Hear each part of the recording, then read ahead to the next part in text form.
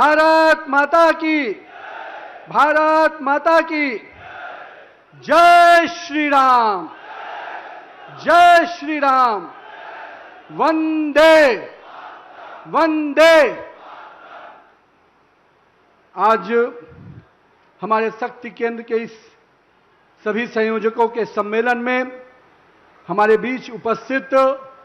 Bharatiya Janata party के प्रदेश के यशस्वी अध्यक्ष आदरणीय पंकज चौधरी जी, जो केंद्रीय मंत्री भी हमारे हैं, हमारे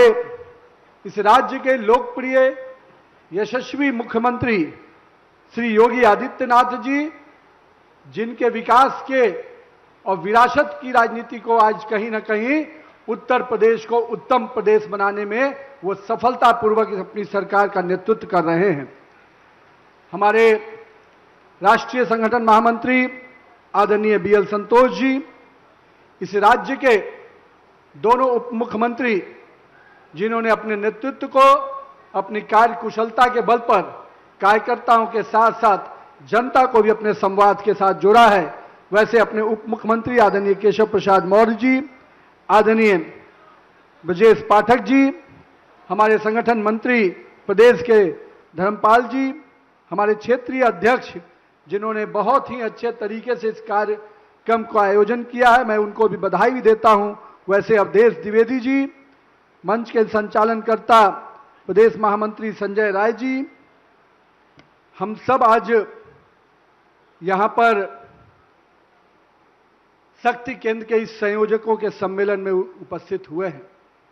और जिस प्रकार की ऊर्जा मैं बाएं से दाएं और सामने देख रहा हूं, वो ऊर्जा इस बात का परिचायक है कि 2027 में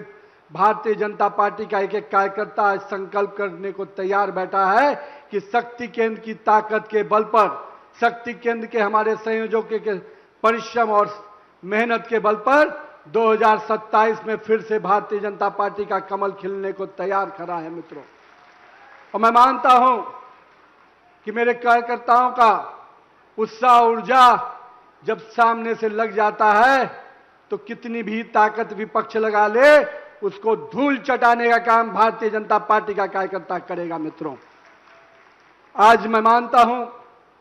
उत्तर प्रदेश को जिस प्रकार से इतने बड़े भौगोलिक राज्य को, जहां पर हम कह सकते हैं कि भारत की आत्मा बसती है, उस उत्तर प्रदेश में जहां पर प्रभु श्री राम का जन्म हुआ हो, उस मर्यादा पुरुषोत्तम राम का जो हमारे आदर्श ही नहीं, हम सबको दिशा देते हैं, हम सबको अपने उनके आस्था के साथ अपने आप को हम जब जोड़ते हैं तो हमको जीवन का आगे बढ़ने का प्रेरणा मिलता है। वैसे महापुरुषों का जन्म स्थान, ऋषियों की भूमि, संतों की भूमि, और हम कह सकते हैं इस भूमि ने ऐसे ऐसे महापुरुषों को जन्म दिया जिसने इस देश ही नहीं दुनिया को संदेश देने का काम किया है। मैं इस धरती को, इस भूमि को, इस मिट्टी को नमन करता हूं, उत्तर प्रदेश को, कि जिन्होंने भारत को, आत्मा को, भारत की संस्कृति को नई धार दी है। आज के दिन मैं श्रद्धेय अटल बिहारी वाजपेयी जी को भी याद करना चाहता हूं, जिन्होंने हम सबको, इस उनकी ये कर्म भूमि है और इस कर्म भूमि में हमारे कार्यकर्ताओं ने कितने ही प्रेरणा लेकर आज इस देश को नेतृत्व देने का काम श्रद्धेय अटल बिहारी वाजपेयी के नेतृत्व में लोगों ने किया है। लेकिन मित्रों, आज जिस स्थल पे हम जुटे हैं, मैं मानता हूं कि मैं जब आया यहां पर और माननीय मुख्यमंत्री, माननीय प्रदेश अध्यक्ष, माननीय अपने दोनों उप मुख्यमंत्रियों के साथ इस राष्ट्र प्रेरणा स्थल का जब भ्रमण कर रहा था, तो मेरे अंदर एक गर्व की भावना आई। मुझे लगा कि उत्तर प्रदेश ने तो बहुत आयाम विकास के लिए, विरासत के लिए किए, लेकिन राष्ट्र प्रथम के जो नारा, जो उपदेश, हमारा उद्घोष रहता है, उसको आज राष्ट्र प्रेरणा के स्थल पर जिस प्रकार से श्रद्धेय श्यामा प्रसाद मुखर्जी जी का, श्रद्धेय दीनदयाल उपाध्याय जी का, और कह सकते हैं श्रद्धेय अटल बिहारी वाजपेयी जी की जिस प्रकार की आदमकद प्रतिमाएं और जिस प्रकार से पूरे राष्ट्र प्रेरणा का ये स्थल का निर्माण किया गया है, मैं मानता हूं आने वाले कई वर्षों तक भाजपा ही नहीं, आने वाली युवा पीढ़ी को यह राष्ट्र प्रेरणा स्थल प्रेरणा देगा कि भारतीय जनता पार्टी का नेतृत्व किस प्रकार से विकास और विरासत को साथ लेकर काम करता है। मैं मानता हूं कि इस प्रेरणा स्थल से हमारे कार्यकर्ता आज जहां पर शक्ति केंद्र के जुटे हैं, निश्चित रूप से उनको नई ऊर्जा मिलेगी। हमारे प्रधानमंत्री आदरणीय नरेंद्र मोदी जी ने इस प्रेरणा स्थल का उद्घाटन किया है। मुझे जानकारी मिल रही थी, अभी मुझे पूरे कॉफी बुक को भी देखने का मौका मिला। मैं मानता हूं देश के यशस्वी प्रधानमंत्री नरेंद्र मोदी जी जिस सोच और जिस विचार के साथ नेतृत्व दे रहे हैं, उत्तर प्रदेश की सरकार योगी आदित्यनाथ के नेतृत्व में उस विकास और विरासत को बढ़ाने का काम कर रही है। मित्रों, मेरे कार्यकर्ता भाइयों, मैं मानता हूं कि आज भीषण गर्मी है, पर हम वो कार्यकर्ता हैं जो परिस्थिति अनुकूल हो या न हो, हम तो प्रतिकूल परिस्थिति में भी कमल खिलाने को तैयार बैठते हैं। और मैं आज आपके उस 2017 के पहले का उत्तर प्रदेश की जरूर चर्चा करना चाहूंगा। मित्रों, जिस उत्तर प्रदेश ने केवल भ्रष्टाचार देखा हो, तुष्टीकरण की राजनीति देखी हो, परिवारवाद के जहद को देखा हो, और कह सकते हैं अभी बहुत अच्छा हमारे प्रदेश अध्यक्ष कर रहे थे। मैं तो कहता था कि उत्तर प्रदेश में छत्रपों का राज रहता था, हर क्षेत्र का एक छत्रप होता था, वही सत्ता चलाता था। लखनऊ में बैठा हुआ मुख्यमंत्री एक अलग सरकार चलाता था और छत्रप अलग सरकार चलाता। लेकिन हमारे प्रदेश अध्यक्ष ने अच्छा कहा, हर जिले में हमारी सरकार का, नरेंद्र मोदी जी का विजन है 1 डिस्ट्रिक्ट 1 प्रोडक्ट, और उस समय तथाकथित सरकारों का मॉडल होता था हर जिले का हर अलग दादा, हर जिले का अपना गुंडा,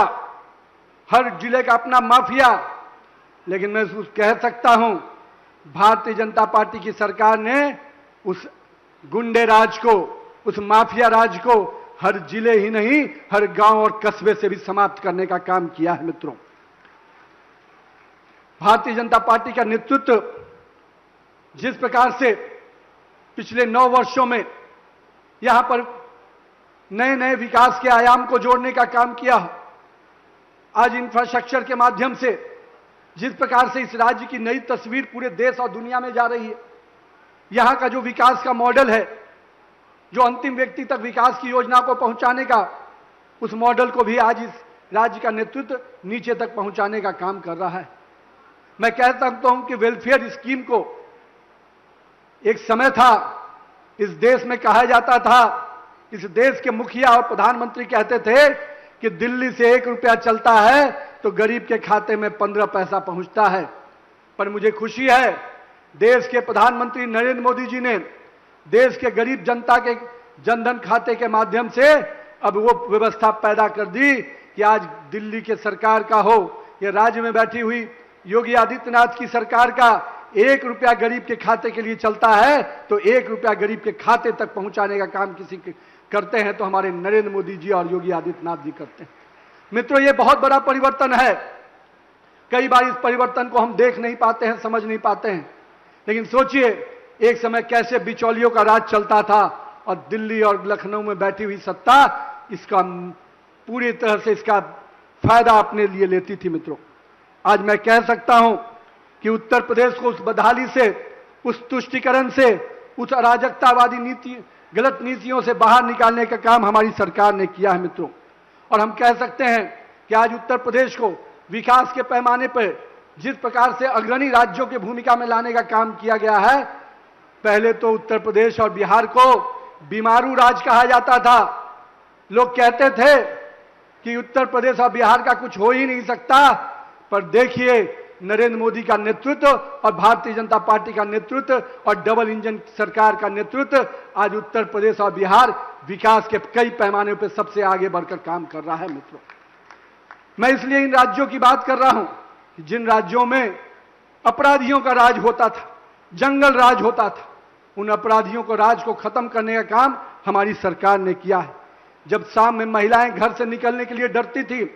शाम में महिलाएं को लगता था कि मेरे बच्चे, मेरे घर के पति, मेरा बेटा अगर बाहर गया है तो वह सुरक्षित वापस लौटेगा कि नहीं लौटेगा, यह संशय की स्थिति में महिलाएं रहती थी। लेकिन आज महिलाएं गर्व से कहती हैं कि हम योगी आदित्यनाथ के राज में रहते हैं, हम माननीय नरेंद्र मोदी के राज में रहते हैं, हमारे लिए कोई डर नहीं, कोई भय नहीं है। मित्रों, मैं इसलिए आज इस बात की चर्चा कर रहा हूं। मित्रों, देश में आज प्रधानमंत्री जी युवा, महिला, गरीब, किसान की बात करते हैं। देश की आधी आबादी को भी किसी ने सम्मान दिलाया, 12 करोड़ शौचालय बने, लखपति दीदी योजना के माध्यम से महिलाओं को आत्मनिर्भर बनाने का काम उन्होंने किया। और मैं कह सकता हूं, हमारी सरकार ने आधी आबादी को सम्मान भी दिया, स्वाभिमान भी दिया, और आने वाले समय में उनको अधिकार भी देने का काम हमारी सरकार करने जा रही है। मित्रों, आज इस राज्य को जिस प्रकार से इसके विरासत को संजोने का काम किया गया हो, मुझे याद है पटना से बनारस बहुत कम दूर है। मित्रों, मैं बनारस जब आता था तो काशी विश्वनाथ की उस तंग गलियों में से गुजरकर भोले बाबा का दर्शन करने जाता था। मेरे मन में एक अलग ही हीन भावना आती थी कि आज हमारे भोले बाबा को किस प्रकार से तंग गलियों में सिकुड़ दिया गया है। मुझे मालूम है कि आप भी बाबा विश्वनाथ के दर्शन करने जाते होंगे, लेकिन उस कालखंड को याद कीजिए और आज का काशी विश्वनाथ देखिए। आपको गर्व होता होगा कि मैं हर भारतीय को कि आज मेरे आराध्य देव भोले बाबा का दर्शन करने के लिए गंगा के तट पर काशी विश्वनाथ को जब देखता हूं तो मुझे बहुत ही गर्व होता है। मित्रों, मैं आज इसलिए इसकी चर्चा कर रहा हूं,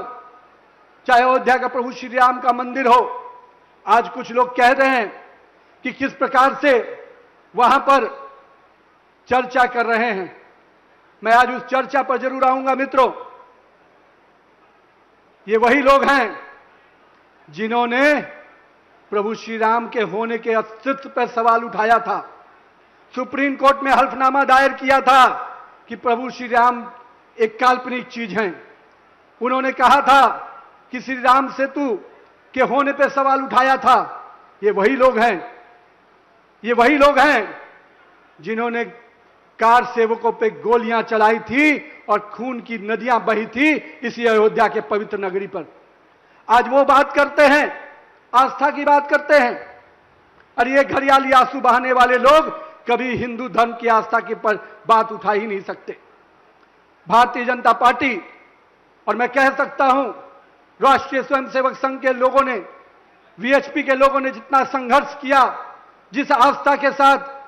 500 सालों का वो संघर्ष और पिछले 100 वर्षों का उनका जो संघर्ष है, वो कहीं ना कहीं आज भव्य अयोध्या का प्रभु श्री राम का मंदिर है उसके रूप में सामने हमें दिखता है। मैं आज आपके सामने स्पष्ट कहना चाहता हूं मित्रों कि जो लोग आज सवाल उठाते हैं, हमारा खून भी बह जाएगा, पर हम इस बात की चिंता करेंगे कि कोई प्रभु श्री राम के मंदिर के आस्था के साथ कोई खेल ही नहीं सकता। इसके लिए चाहे जितनी भी कुर्बानी देनी होगी हम तेरे को तैयार। हमारी सरकार ने स्पष्ट किया है, हम कार्रवाई भी करेंगे, हम जो चीजें हैं उसमें सुधार भी करेंगे। पर जो ये हिंदू विरोधी ताकतें, जिन्होंने हमेशा हिंदू धर्म का अपमान किया हो, हिंदू देवी देवताओं का अपमान किया हो, जिन्होंने हमारे आस्था के साथ खेला हो, आज अगर राजनीति रोटी सेकना चाहते हैं तो मैं आपको स्पष्ट रूप से कहता हूं, राहुल गांधी जी, अखिलेश यादव जी या केजरीवाल हो, आप हिंदू धर्म को इतना कमजोर मत समझिए कि आपके झांसे में आएंगे, आपके भरमाने पे आएंगे। हमने देखा है जब हिंदू देवी देवताओं का अपमान होता है तो आप मौन रहते हैं। हमने देखा है तमिलनाडु में जब हिंदू देवी पूजा की पद्धति पर सवाल उठता है तो आपके शागिर्द अपमानित करते हैं, आप चुप रहते हैं। बिहार में जब रामचरितमानस का अपमान हुआ उस समय कांग्रेस के लोग मौन बैठे हुए थे। वहां के सरकार के मंत्री ने जिस प्रकार से अपमानित शब्दों का प्रयोग किया था, और यहां के मुख्यमंत्री जो उस समय के थे, मुझे वो बात दिन याद है किस प्रकार से चीजें हुई थी। मेरे पिताजी भी कार सेवक के रूप में पटना से चले थे, 2 महीने तक जेल में रहना पड़ा था और हम लोग घर में रहते थे। हमें लगता था कब मेरे पिताजी लौट के आएंगे। मैं उस समय मुश्किल से 10-11 साल का रहा हूंगा। हमारे घर में समझ में नहीं आता था कि पिताजी जिस उद्देश्य से गए हैं लौटेंगे कि नहीं लौटेंगे। 2-2 महीने जेल रहे और हमसे हमारी आस्था का सवाल उठाओगे। अरे हमने तो जितनी कुर्बानी दी है, जितनी शहादत दी है, तुम्हारा खानदान भी कभी उतनी शहादत और कुर्बानी का पछतावा नहीं कर सकता है। मित्रों, आपने तो खून की नदियां बहाई हैं, आपकी विरासत हिंदुओं पे गोली चलाने की रही है और हमारी विरासत अपने देवी देवताओं की आस्था के लिए कुर्बान होने की रही है। मित्रों, इसलिए मैं आपके माध्यम से स्पष्ट रूप से कहता हूं, हमने विरासत को संजोया भी है, हम उसको संभालेंगे भी और उस पर गर्व करने के लिए हर हिंदू को प्रेरित करेंगे। मित्रों, आज के दिन